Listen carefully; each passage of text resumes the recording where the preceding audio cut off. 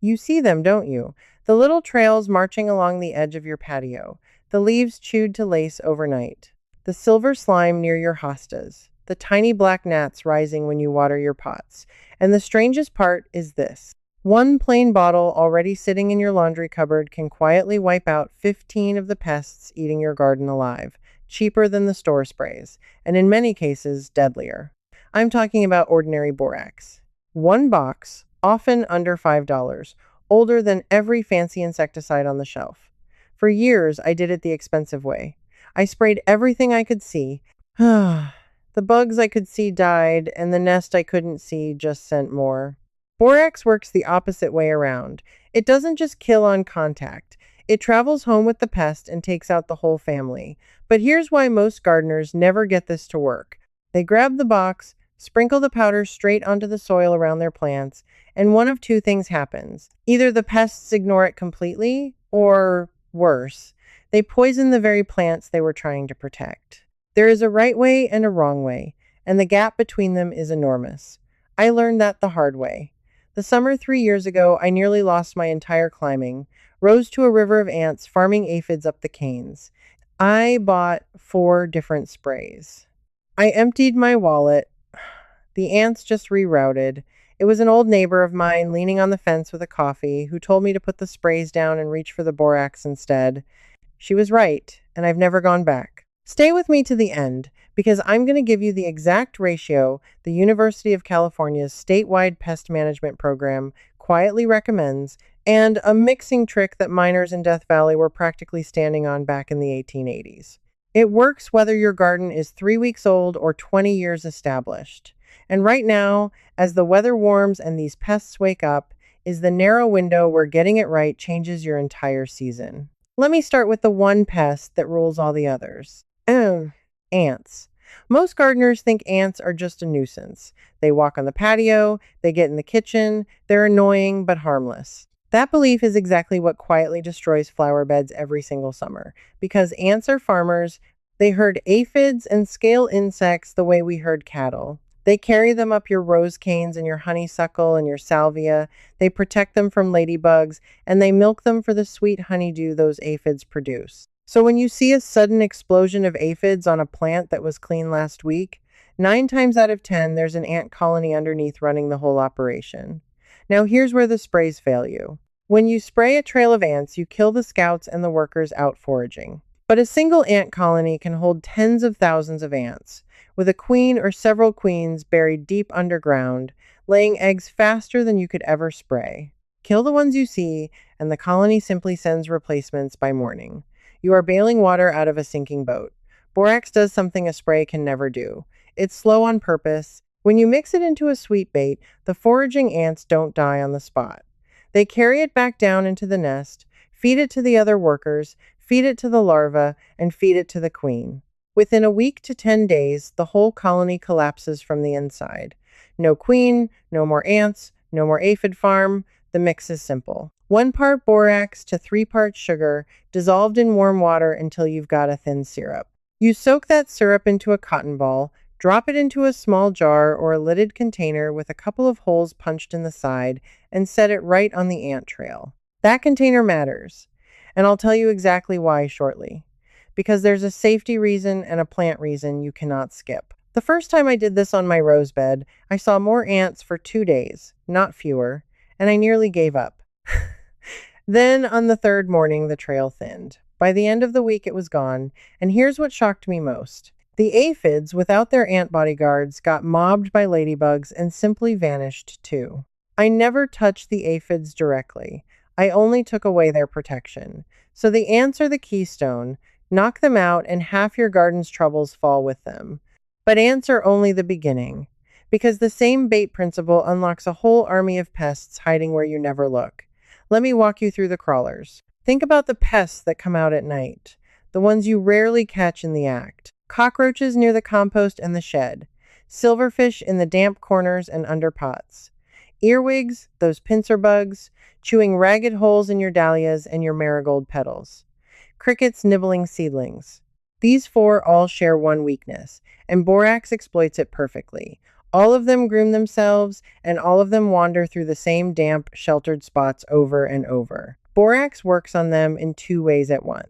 When they walk through a fine dusting of it, the sharp crystals scratch the waxy coating on their shells, which is what keeps them from drying out. And when they clean themselves afterward, they swallow it, and it wrecks their digestion and their nervous system. So it dehydrates them from the outside and poisons them from the inside at the same time. This is where the science gets old and reassuring. Boric acid, which is borax's close cousin, was first isolated by a chemist named Wilhelm Homburg back in 1702. Gardeners and householders have been using borate minerals against crawling insects for well over 100 years, long before a single aerosol can existed. This is not a trendy hack, it's a rediscovered classic. For earwigs specifically, which can shred a bed of dahlias in a week, I do something my grandmother used to do. I lightly dust a thin line of borax along the base of the shed, under the pot rims, and around the compost bin edges. In the dry sheltered spots where they hide during the day, never out in the open bed and never on the leaves. They cross it every single night. Within about 2 weeks, the ragged chewing stops. For silverfish and cockroaches near the shed or the greenhouse, a barely visible dusting in the cracks and along the baseboards does the same quiet work. You want the thinnest film, like a breath of flour. If it looks like a pile, they'll walk around it. If it looks like dust, they'll walk right through it and carry it home. That's 5 pests down already, and I haven't spent more than $1 worth of powder. But there's a warning buried in all of this, and if you ignore it, you can do more harm than the bugs ever would. Because borax is a plant killer too, and the very next group of pests lives in the exact place where that danger is highest. Here's the thing, nobody tells you when they hand you the borax hack. Borax contains boron. And boron is one of those strange substances where a tiny trace is a nutrient your plants actually need. But just a little too much becomes a poison that can't be washed out easily. It builds up in the soil, it burns leaf edges brown, stunts roots, and can leave a patch of ground where nothing grows well for a season or more. So when someone tells you to just sprinkle borax all over your flower beds to kill slugs and grubs, please don't. That advice quietly kills more prized perennials than the pests do. I know, because early on I dusted borax around the base of a hosta. I'd grown for 6 years, trying to stop the slugs, and I watched the leaf margins scorch and curl. I felt sick. It pulled through, but it taught me the rule I now never break. The rule is this. Borax against garden pests belongs in bait stations, in dry sheltered cracks, and in enclosed containers, never broadcast over the open soil where your plant roots live. Once you understand that one line, you can use it safely around plants you've nurtured for years. Now, with that guardrail in place, let's talk about the damp-loving pests, because you can absolutely handle them the safe way. Slugs and snails first. I do not dust my beds. Instead, I make small shelter traps. I take a hollowed half of a grapefruit or a shallow-lidded tub. I smear a very thin borax and sugar paste around the inside rim, and I lay it on its side in the shade near the plants they attack. Slugs and snails are drawn to the damp shelter. They crawl across the treated rim, and they don't crawl back out to keep grazing your leaves. The treated surface stays enclosed, away from the soil. Then fungus gnats, the little black flies that hover over your potted plants and houseplants. Their larvae live in the top layer of the potting mix and chew on tender roots, which is why your seedlings suddenly wilt for no reason. Here I use a very weak borax solution, no stronger than a light pinch dissolved in a full watering can, and I use it only as an occasional surface drench on infested pots, not on my prized specimens, and never as a routine. The larvae in that top crust can't survive it. But because boron builds up, I do this once, I let it work, and I don't repeat it on the same pot. For anything precious, I stick to the safer yellow sticky traps and letting the soil dry out between waterings. That takes us to 8 pests handled, and the damp corners of the garden are suddenly a lot quieter. But I promised you 15. And the next group is the one that surprises people most, because these aren't leaf pests at all. They're the ones that come after you and your pets while you're gardening. And once you see how borax handles them, you'll understand why my neighbors swore by that box for 40 years. Let me lean in a little closer for this next part, because this is the one that changed how I feel about my whole yard. Fleas and ticks. If you've got a dog or a cat, or even if you just kneel in the grass to weed, you know the misery of fleas coming in from the yard and the quiet fear of ticks in the taller grass along the fence line. Chemical yard treatments are expensive, and they make me nervous around the vegetable patch. Borax gives me a gentler option for the dry, shaded, out-of-the-way zones where fleas breed, like the dry soil under the deck, along the foundation, and in the shaded gravel where pets rest. Flea larvae live down in that dry debris, and a light dusting of borax worked into those specific hidden zones dries them out and breaks the breeding cycle. I keep it strictly to bare, dry, sheltered ground. Never the lawn you want green and never near the veggies, and I keep pets off it until it's worked in and settled.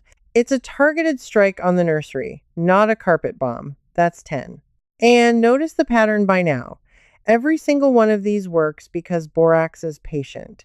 It doesn't flare up and vanish like a spray. It sits, it clings, it gets carried and groomed and ingested, and it finishes the job long after you've walked away. Now, I know what some of you are thinking right about now. This is all lovely for a fresh garden or a new problem, but what about my established beds? The ones already overrun, the mature plants I've babied for a decade that are under siege right now this season. I hear that worry in the comments constantly, and this next part is for you specifically, because you don't have to tear anything out and start over. You can rescue what you already have. Here's how I turn around a mature bed that's already infested without harming plants I've grown for years. I start by finding the source, not the symptom. On an established aphid-covered rose or salvia that's crawling with ants, I don't touch the plant with borax at all. I place 2 or 3 of those enclosed sugar borax bait jars on the ground around the base, on the trails, and I wait a week to 10 days for the colony to collapse. The aphids lose their protectors and the natural predators finish them off. Your mature plant never gets a drop of boron near its roots. For an old shrub with earwigs or beetles chewing it nightly, I wring the ground a foot or so out from the stem with those dry, sheltered bait spots and traps, catching the pests on their nightly commute, rather than dusting the plant itself. The plant stays clean, the pests still die. And here's the rescue trick I'm proudest of. For a perennial bed that's had a hard, pest-ridden season, I do a single, careful cleanup of the surrounding hard surfaces, the patio cracks, the wall bases, the pot bottoms, the shed edge, all the hidden harborage where next year's pests are already planning to overwinter. A thin dusting in those cracks in late summer and autumn means far fewer pests wake up hungry next spring. You are not just saving this season's plant. You are protecting the years of growth you've already invested by breaking the cycle before it restarts. The relief on a plant you thought you'd lost is something I can't quite describe. That feeling, kneeling next to a plant you thought was a goner and watching it come back, is worth more than any spray on the shelf. But I know some of you have a whole garden full of old plants right now, sending you signals you can't quite read, wondering if this is the year one of them finally doesn't make it. That's exactly what the Complete Plant Rescue Collection is built for. Inside, you get a 5-minute diagnostic framework that reads any sick plant, so you can finally tell thirst from overwatering and decode yellowing leaves clue by clue. There's also a full seasonal pruning map, including the rose deadheading protocol for a second flush and the narrow peony window most gardeners miss. And if you want the whole system, the Old Gardener's Rescue Secrets bundles it all with heritage recovery protocols and a full 90-day diagnostic calendar mapped out for you. Here's a free test you can run tonight. No purchase needed. Go look at one plant you're worried about right now. Check if the browning is on the edges, the tips, or the center, because each one points to a different cause. And that's the exact kind of clue-by-clue thinking this collection trains you to do automatically. The fastest way to get the books is to scan the QR code right there on your screen, or go to the link in the description or the pinned comment. Your growing season keeps moving whether you're ready or not, so the sooner you can read your plants, the more of this year you get to save. Now let's get back to that climbing rose, because I promised you it's fuller than it's ever been, and I never replaced it. That climbing rose I told you about at the start is now the fullest it's ever been, and I didn't replace it. I just stopped feeding the pests and started outsmarting them. So that's 11 pests, and your established plants are safe. But there are 4 more, and they include the ones that do the most damage where you can't even see it, hidden in wood and stored bulbs and the darkest corners. Therefore, let me show you the last group before I give you the finale. Let's finish the 15. Number 12. Wood-boring pests and the beetles that go after your fence posts, raised bed timbers, and wooden garden structures. This is one of Borax's oldest and most respected jobs. Borate solutions have been used to treat and protect timber against wood-eating insects for generations, because the borate soaks into the wood and makes it indigestible to anything that tries to bore through it. A borax solution painted onto bare, untreated wood on a raised bed frame or a fence rail helps guard it from the inside out. It's slow, quiet protection that a spray on the surface could never match. Number 13. The pests that get into stored bulbs, corms, and seeds over winter. The weevils and little grubs that ruin your dahlia tubers and gladiolus corms in storage. A very light dusting of borax in the storage box, kept off the flesh of the bulbs themselves and used sparingly, discourages those storage pests during the dormant months. Come spring, you pull out healthy corms instead of a box of ruined, tunneled mush. Number 14. Sow bugs and pill bugs, those little armored roly-polies that swarm in damp mulch and chew on seedlings and low fruit like strawberries. They cross a thin borax line in their damp hiding spots just like the earwigs do, and their numbers drop fast without you ever having to treat the plants. And number 15, the ground-dwelling beetles and grubs that shelter in cracks and debris around the garden's edges. Caught on their nightly routes with those same dry, sheltered dustings and enclosed baits, they thin out steadily across a couple of weeks. 15 pests, 1 box of powder, and not a single expensive aerosol can among them. But knowing the list of pests is not the same as knowing the one thing that makes borax actually work. Because I could hand this box to 10 gardeners, and 9 of them would still fail. And the reason they fail is the exact secret I promised you at the very beginning. So here it is, the finale. The one detail that separates a bottle of borax that quietly clears your whole garden from a bottle that does nothing at all. It's the ratio and the state it's in. Most people, when they finally try the borax trick, use far too much borax. It makes sense in your head, doesn't it? More poison, more dead bugs. So they'll mix it half and half with sugar or even heavier, and that is precisely why it fails. Because if the bait is too strong, the foraging ant dies before it ever makes it home. It dies right there on the trail. The queen and the colony never get a taste, and within days a fresh wave of workers pours out to replace the few you killed. You've made a spray out of a bait, and you've lost the entire advantage. The University of California's statewide integrated pest management program, one of the most respected pest research groups in the country, spells this out clearly. The bait must be weak. The killing agent should be only a small fraction of the mixture, roughly 5% or less of the total, so the ant survives long enough to carry it home and share it. Their guidance points to a sweet bait that is mostly sugar and water with just a small measure of borate. That's the whole secret. You want the bait to be a slow gift, not a quick death. So the recipe I trust, and the one I use every spring, is this. Take 1½ teaspoons of borax, dissolve it fully into 1½ cups of warm water, then stir in ½ cup of sugar until it's completely dissolved into a thin syrup. That gives you a bait that's mostly sweet water with only a whisper of borax in it, right in that safe, effective range. Soak it into cotton balls, tuck those into small containers with a few holes, cap them, and set them on the trails. Mostly sugar. Barely any borax. That is the entire difference between success and failure, and almost nobody gets it right. And here's the part that gives me chills every time I think about it. This isn't new knowledge that some influencer invented last year. Borax has been pulled out of the dried lake beds of Death Valley since the 1880s, hauled out by those famous 20-mule teams, sold into ordinary households for well over a century. Our great-grandparents used borate baits and dustings against ants and roaches and moths as a matter of course. Then the bright cans and the expensive sprays arrived, and all that patient, cheap, quiet wisdom got buried under marketing. It never stopped working. A few careful old gardeners, like the neighbor who saved my roses, just kept it alive and passed it over the fence. And now you have it too. The reason it beats the store spray isn't that it's more violent. It's that it's smarter. The spray kills what you can see and leaves the source untouched. The borax bait ignores what you can see and destroys the source. One empties your wallet every few weeks, the other costs a few dollars and finishes the job for the whole season. So this weekend, while the pests are still waking up and the colonies are still small and hungry, mix 1 week batch, set out 3 or 4 little bait stations on the trails you can see. Dust a thin, hidden line in the dry cracks where the night crawlers hide. Keep every bit of it out of your open soil and away from your plant roots and out of reach of children and pets. Then simply wait. Give it a week to 10 days. and watch the trails thin, the chewing stop, and the plants you love come back to themselves. Because in the end, this was never really about the borax. It was about finally being able to protect the plants you've poured years of your heart into without poisoning the very garden you're trying to save.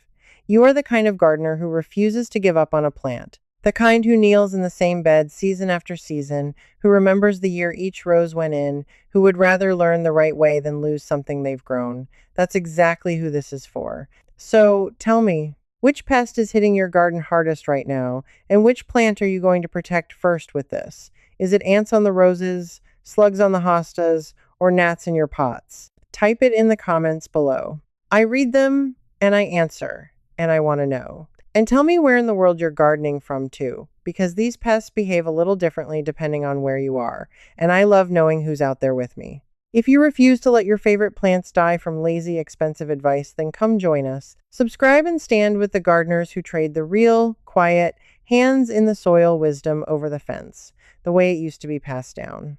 And stay close, because next I'm going to show you the one thing you must do to your hydrangeas in late summer to lock in next year's blooms. The step almost everyone skips right when it matters most. You won't want to miss that window. I'll see you there. Now, this video showed you how borax stops ants. But inside my membership, the Blooming Garden Circle, I pick up right where we stopped here, walking you through the full recipe. And if something puzzles you, ask me directly. And I answer you myself, not some machine. You'd be joining thousands of gardeners like you. Just point your phone's camera at the code on your screen. And you can cancel anytime, no risk. Now, if pesky weeds are creeping through your garden too, I'll show you how to clear out stubborn spurge for good and keep it from ever coming back. That video's starting right here, so stay with me.